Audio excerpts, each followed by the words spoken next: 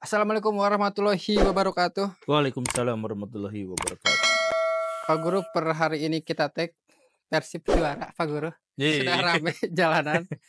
Dulu apa namanya kita bikin video soal ini Pak Guru, soal ada yang bertanya Pak Guru NU atau Muhammadiyah. Pak Guru menjawab Pak Guru tidak terafiliasi Iya dengan. betul. Terus di komentar ada terus di komentar video tersebut, saya yakin Guru Gembul bukan NU, bukan Muhammadiyah, tapi ya saya yakin Guru Gembul Persib.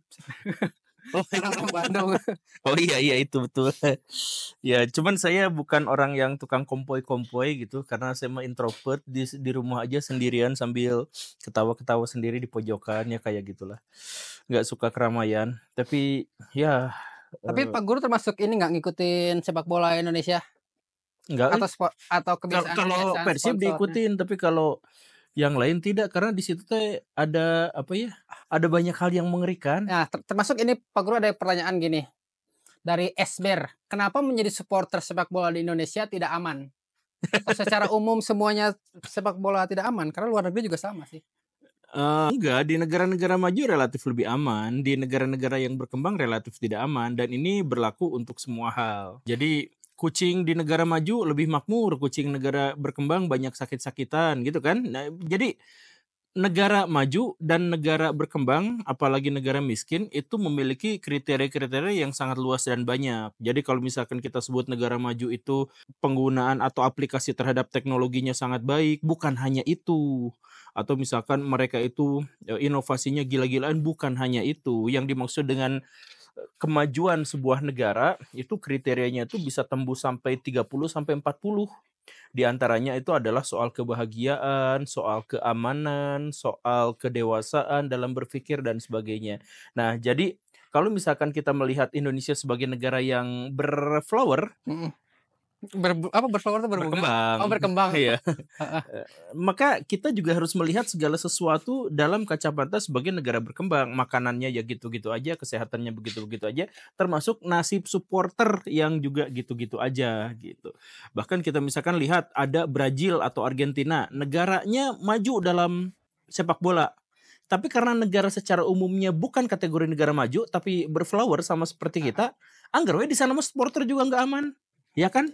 Ya kayak gitu kurang lebihnya. Kalau ini dampak sepak bola secara menyeluruh buat kehidupan masyarakat, menurut Pak Guru itu termasuk yang lebih banyak positifnya, lebih banyak negatifnya. Yang Karena, sorry aku positif potong. atuh kenapa Ya disebut karena sebagai banyak yang bilang gini, aduh, nggak apa-apalah pemerintah korupsi-korupsi, yang penting timnasnya masuk Piala Dunia, sampai enggak gitu gitu. sampai Itu beda ranah ya. sampai ada Batagor, gitu-gitunya. Batagor. Enggak gitu. Tapi dampak sepak bola buat masyarakat itu sangat-sangat baik. Jadi sepak bola itu menjalankan banyak sekali fungsi. Misalkan fungsi menyalurkan kejahatan. Serius? Enggak, jangan dianggap sebagai bagaimana gitu ya. Seperti yang kita bahas di episode yang kemarin. Misalkan bahwa manusia, khususnya itu laki-laki, itu membutuhkan persaingan. Membutuhkan perang, membutuhkan kompetisi, kontravensi, dan seterusnya. Kalau dia itu tidak memiliki pelampiasan, seperti balap mobil, balap motor, nonton basket, dan sebagainya, maka para pria itu bisa saja melakukan tindakan-tindakan untuk memenuhi hasratnya dalam berkompetisi pada hal-hal yang destruktif. Jadi bola itu menyalurkan itu, bahkan misalkan sisi negatif bola di mana orang fansnya jadi gila-gilaan gitu, itu juga sebenarnya bisa aja adalah wujud dari ekspresi yang dialihkan dari keinginan melakukan kejahatan menjadi hanya sekedar ngefans pada satu klub bola gitu. Misalkan dari situ aja manfaat sepak bola itu luar biasa. Terus perputaran uang. Itu kan yang dagang kaos, bahkan kaos palsu pun kan dapat rezeki dari sana kan. Dari jersey itu. Jersey. Ya, banyak loh. Jadi sepak bola itu memberikan kepada kita tuh banyak sekali faedah. Ada yang bertanya juga Pak Guru, bolehkah kita kecewa kepada pemerintah? Jika boleh, saya sangat kecewa sekali. Pak Guru kecewa tidak? Bolehkah kita kecewa? Kecewa itu bukan soal boleh gak boleh. Tapi Gini nih ya, optimis, pesimis, itu nggak boleh pakai harus. Dan nggak bisa. Wah, kita harus optimis. Nggak bisa tuh. dipaksakan gitu ya. Ya itu dipaksain. Kayak misalkan ada orang lagi sedih. Semangat atuh kamu teh. Mau disemangatin sama sejuta orang juga hari kesedih mah sedih we. Orang yang lagi sedih itu penyebab kesedihannya apa? Misalkan putus cinta. Nah, selesaikan masalah di situ maka dia akan selesai, bukan disemangatin, kamu jangan kayak gitu ya, bukan. Termasuk juga optimis, pesimis, kecewa, tidak kecewa. Itu adalah bagian yang bukan ranah kita tuh mengaturnya. Kita tuh hanya mungkin bisa kekecewaan itu kita arahkan untuk hal yang baik atau atau jelek, bisa. Jadi misalkan saya dikalahkan dalam pertandingan bola. Nah, dari kekecewaan itu silahkan kecewa habis-habisan. Apakah kekecewaan itu menjadi bahan bakar agar kita bisa memperbaiki performa di lapangan, ataukah kekecewaan itu adalah cara kita untuk menjatuhkan mental kita? Nah, itulah yang menjadi pilihan. Menjadi pilihan itu adalah kita kecewa, terus kita arahkan kemana? Nah, itu pilihan. Tapi memutuskan untuk saya kecewa atau tidak, itu mah adalah urusan di luar urusan yang bisa kita atur sendiri. Dan kalau misalkan kita mencoba untuk mengaturnya, biasanya itu akan rusak. Makanya ada orang-orang Eropa itu mencoba bikin cara mengatur diri, misalkan pakai filsafat stoa gitu ya, filsafat stoik. Itu kan sebenarnya urusannya itu bukan soal, aduh nanti saya kecewa gitu. Nah, bukan itu, tapi apa yang sebenarnya membuat kita kecewa? Oh, itu. Maka dikejar itunya, bukan soal kekecewaannya gitu. Jadi, kalau Baraya mau kecewa sama pemerintah, oh boleh, sangat boleh. Tapi kekecewaan itu Baraya arahkan kemana? Apakah dengan bakar ban kemudian lempar-lempar jumroh kepada warung Madura? Atau Baraya justru berpikir bahwa ini saya sudah muak dengan begini, maka saya minggu depan akan menjadi seorang pejabat yang tidak kenal korupsi dan tidak kenal mafia. Nah kan itu bisa diarahkan ke sana. Gitu Baraya, silakan kecewa, silakan tidak suka. Kalau ini Pak Guru dari Gad Siburian, tanggapan tentang vasektomi Pak Guru? Oke, jadi gini nih ya, pemandulan permanen itu sebenarnya sudah ada kode etiknya dari dokter gitu ya, dari profesi tertentu, dan ada yang ikut-ikutan itu dari MUI. Kenapa? Itu ikut-ikutan mengharamkan. Baru sekarang nggak atau dari Iya lama? iya, mengingatkan, tapi memang sudah ada fatwanya bahwa pemandulan secara permanen itu haram dalam agama Islam. Menurut saya mah gak haram dalam agama Islam. Menurut saya tuh ya tergantung banyak konteks gitu. Sekali lagi ya, jangan langsung hanya karena satu hal itu dihalalkan atau diharamkan. Ya enggak, tergantung banyak konteks gitu. Ya, jadi tergantung konteksnya. Nah, terkait dengan pemandulan permanen, ini kenapa MUI baru ngomong sekarang atau baru ngomong kemarin-kemarin hanya terkait dengan masalah laki-laki yang dimandulkan. Sedangkan perempuan yang dimandulkan secara permanen kemarin-kemarin tuh asal nggak cerita gitu. Ya saya belum tahu sih, mungkin wawasan saya masih belum. Tapi kalau misalkan kita ngelihat kode etiknya misalkan, atau misalkan saran yang dianjurkan sama dokter, misalkan gini, Kang Yaya mau punya anak berapa? Saya Satu kayaknya satu rencananya. misalkan ya, satu. Nah, sesudah itu mau dimandulkan secara permanen gitu. Nah, itu sama dokter pun tidak dianjurkan. Kenapa? Karena misalkan anaknya brojol satu. Ini mah pahit-pahit ya, bukan ngadoakeun tapi pahit-pahit. Umur 2 tahun Heeh. dimandulkan, dianya meninggal. Kita udah nggak punya apa-apa gitu. Nah, makanya saran dari dokter dimandulkan mah nanti setelah potensi-potensi buruk itu bisa dikurangi gitu. Nah, termasuk juga jadi maksud saya itu nggak langsung final haram atau halal, enggak, tapi dikaitkan dengan banyak hal. Bahkan dunia kedokteran pun yang benar-benar permisif soal ini ya boleh atau tidak gitu, tetap memberikan batasan-batasan etika dan pertimbangan-pertimbangan kepada pasiennya. Wah, jangan dulu lah, itu kan anak Bapak masih kecil-kecil, gimana kalau nggak sampai dewasa, tapi Bapak sudah mandul duluan gitu. Masa mau pakai bantuan orang lain gitu, misalkan, kan nggak. Jadi, apa ya, itu harus benar-benar disesuaikan dengan konteksnya. Konteksnya Kang Deddy Mulyadi dalam hal ini, itu kan adalah orang yang fakir miskin, orang yang tidak bisa mengelola uangnya dengan baik, dan berpotensi menghasilkan generasi yang rusak. Kita main jadi koruptor. Hidup koruptor. Pernah kita singgung juga bahwa lebih dari 70% orang tua di Indonesia itu tidak layak jadi orang tua. Ya. Tidak layak mendidik. Nah, dalam konteks yang seperti itu, maka mencegah sesuatu yang lebih buruk ke depan, itu disarankan daripada misalkan nanti anak-anaknya yang dibesarkan itu adalah banyak terus tidak kataekan, terus misalkan anak-anak yang terlalu banyak itu ya udahlah nanti kamu dipesantrenin misalkan gitu.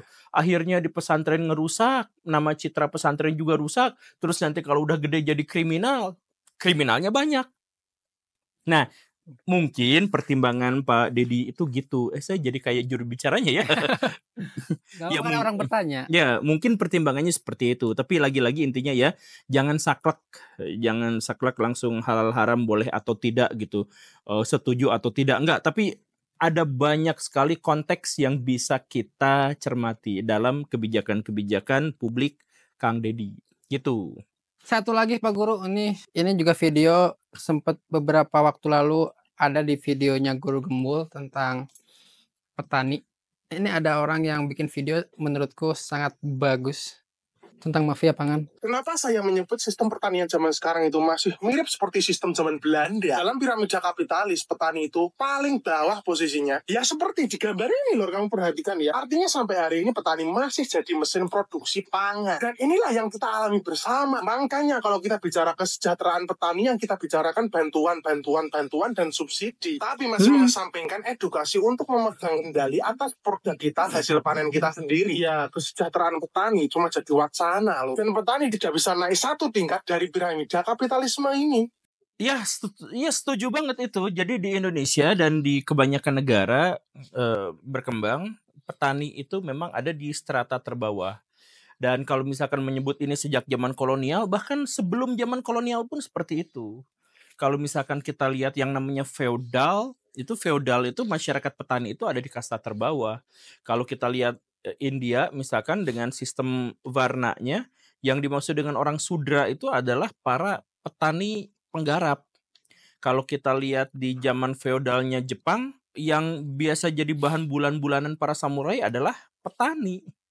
Kemudian di Eropa juga itu petani. Bahkan kemarin waktu perang dagang Amerika Serikat dengan Cina, itu delegasi Amerika Serikatnya ngomong gini, orang Cina tuh leluhurnya petani. We borrow money from Chinese peasants to buy the things those Chinese peasants manufacture. Nah gitu. Jadi petani itu dianggap kasta terbawah, makanya digunakan untuk mengejek. Terus kata si Cina, kami bangga sebagai keturunan petani. Nah gitu kan.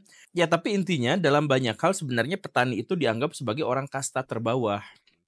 Nah kenapa bisa seperti itu? Salah satu alasan, ini jangan dulu dibully ya, tapi saya jelaskan dulu kenapa dia ada di kasta terbawah. Salah satu alasannya adalah bahwa sebagai manusia, dia akan dihormati kalau dia mampu merekayasa hasil alam. Sedangkan petani bukan merekayasa hasil alam, tapi ngambil dari alam.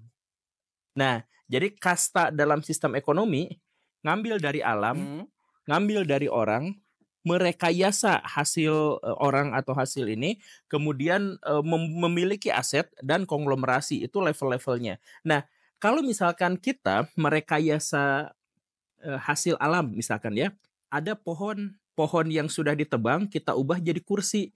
Harganya jauh lebih mahal daripada orang yang nebang pohon. Harga, betul ya? Nah, begitu. Atau yang level berikutnya itu adalah orang yang nambang pasir itu digajinya jauh lebih kecil daripada orang yang mampu mengubah pasir itu misalkan menjadi campuran semen. Begitu. Nah, jadi cara kerja di dunia ekonomi di seluruh dunia itu seperti itu. Alasan para petani itu ada di kasta terbawah karena mereka tuh menunggu hasil dari alam. Nah, bagaimana cara meningkatkan ekonomi dan kehormatan para petani agar bisa bersaing dengan profesi-profesi yang lain? Maka negara-negara yang sudah maju itu menerapkan cara mekanisasi. Jadi petani itu mekanisasi, bukan apa itu? Melakukan cara-cara tradisional. Jadi misalkan di Amerika Serikat, satu petani itu bisa menguasai lahan pertanian yang sangat besar dan dia bisa kelola hanya dengan sedikit orang.